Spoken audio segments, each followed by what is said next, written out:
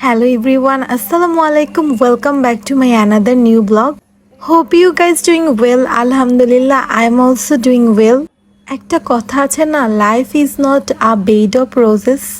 কথাটা কিন্তু অনেক ক্ষেত্রেই সঠিক। Red velvet. আবাসিক এলাকায় থাকার কারণে আমাদের কিন্তু বাজার সদাই করতে বেশ কষ্ট হয়। আর সুপার শপ থেকে সবকিছু খাওয়া গেলেও মাছ মাংস কিন্তু খাওয়া যায় না। বাসার পাশে যে বাজারটা থেকে সচরাচর আমরা মাছ মাংস কিনতাম, সে বাজারটা এখন ভেঙে ফেলা হয়েছে নতুন করে বাজার বানানোর জন্য। তো কিছু মাছ কেনার জন্য রিসেন্টলি আমরা চলে গিয়েছিলাম ক্যান্টনমেন্ট কচুক্ষেত বাজার। কচুক্ষেত বাজারে যাওয়ার কারণ হচ্ছে এখানে আমরা অনেক বছর একটানা ছিলাম, তাই এখানে ভালো পরিচিতি আছে। আর এই বাজারেও বেশ ভালো মাছ পাওয়া যায়। তো কচুক্ষেত যাওয়ার পর আজান একটা কেক শপ দেখে ওইখানে পেস্ট্রি খেতে চাইলো।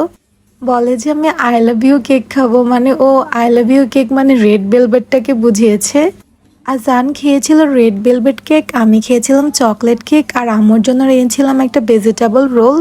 এরপর আজান আবার বললো যে সে ডোনাট খেতে চায়। আমি অলওয়েজ তাকে ডোনাট নিতে দেখি, বাট কখনো খেতে দেখি নাই। রেড ভেলভেট এবং ডোনাট আমরা পার্সেল নিয়ে চলে গিয়েছিলাম লুঙ্গি শপে। আমার খুব ইচ্ছা হয়েছিল আব্বুর জন্য লুঙ্গি কিনবে, তাই আমরা দুজন চলে গিয়েছিলাম লুঙ্গি শপে। অনেক দেখাদেখি করে আমাদের একটা পছন্দ হয়েছিল, তো আমরা ওটা নিয়ে নিয়েছিলাম। আমাদের ইচ্ছে ছিল দুইটা লুঙ্গি নেওয়ার, বাট এত বেশি কনফিউশন সৃষ্টি হয়েছিল, ভাবলাম যে একটা নিয়ে দেখি আব্বুর পছন্দ হয় কি না।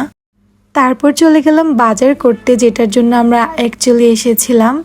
এই বাজারটা বেশ বড় একটা বাজার। এখানে মাছ মাংস মুরগি ফ্রুটস ভেজিটেবল সবই একটা জায়গায় পাওয়া যায়, তাই এখান থেকে বাজার করতে আমাদের জন্য একটু সহজ হয়, আর চেনা পরিচিত আছে বলে আরও ভালো হয়। এখানে আসলে মোটামুটি আমরা 1 মাসের বাজার করে ফেলি। যেহেতু ভেজিটেবল আমরা চাইলে আমাদের বাসার সামনে থেকে বা সুপার শপ থেকে নিতে পারি, তাই আমরা প্রথমে মাছ দেখছিলাম।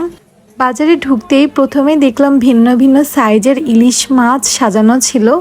তো আমি সবগুলো সাইজের দাম জিজ্ঞেস করছিলাম বোঝার জন্য যে 1 মাসে কি পরিমাণ দাম বেড়েছে। দাম জিজ্ঞেস করার পর বোঝা গেল যে বেশ ভালো দাম বেড়েছে 1 মাসে। যেহেতু আমাদের বাসায় অলরেডি ইলিশ মাছ ছিল, তাই আমরা ইলিশ মাছ না নিয়ে গিয়েছিলাম শুটকির দোকানে। ওখান থেকে নিয়েছিলাম লইট্টা এবং চ্যাপা শুটকি। আজান খালি বারবার আমাকে ডাকছে আর বলছে যে বড় মাছ নেওয়ার জন্য। সামনে একটা বড় বোয়াল মাছ ছিল, ও খালি বলতেছে এই এই এই মাছটা নেও না।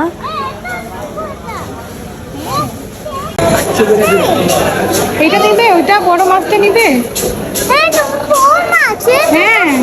শুটকি কেনার পর আমরা চলে গিয়েছিলাম আজানের দেখানো সে বড় মাছের দোকানটায়। ওখান থেকে নিয়েছিলাম গলদা চিংড়ি, নিয়েছিলাম পাবদা মাছ এবং পোয়া মাছ। মাছের দোকানগুলোর পাশেই ছিল পান, তো আম্মুর জন্য আমরা পান নিয়ে নিয়েছিলাম। আজান প্রথমবারের মতো আমাদের সাথে মাছ কিনতে এসে খুবই এক্সাইটেড ছিল। এরপর আমরা রুই মাছ কিনেছিলাম, কই মাছ কিনেছিলাম। সব কিনে আমরা চলে গিয়েছিলাম পাতিলের দোকানে। ওখান থেকে ছোট ছোট 2টা পাতিল কিনেছিলাম। সব বাজার করা শেষে আমরা বাসায় চলে আসি। এরপর সন্ধ্যার দিকে আম্মু হঠাৎ করে বলল যে আজানের মিল্ক এবং ডাইপার শেষ হয়ে গেছে, তাই আমরা আজানকে নিয়ে চলে আসি মিনা বাজারে। এখান থেকে আজানের মিল্ক এবং ডাইপার কিনি। তো এই ছিল মোটামুটি আমার একদিনের বাজারের কাহিনী। মাঝে মাঝে এটা কষ্টসাধ্য মনে হলেও নিজের কাজ নিজে করাটাই আমি ভালো মনে করি। যেহেতু আব্বু বাইরে থাকে, তো মোস্ট অফ দ্য টাইম আমাদেরকে এরকম করেই চলতে হয়। আমার পুরো ব্লগটা দেখার জন্য তোমাদেরকে অনেক অনেক ধন্যবাদ। আমার আজকের ব্লগ এই পর্যন্তই। সবাই ভালো থেকো। আল্লাহ হাফিজ।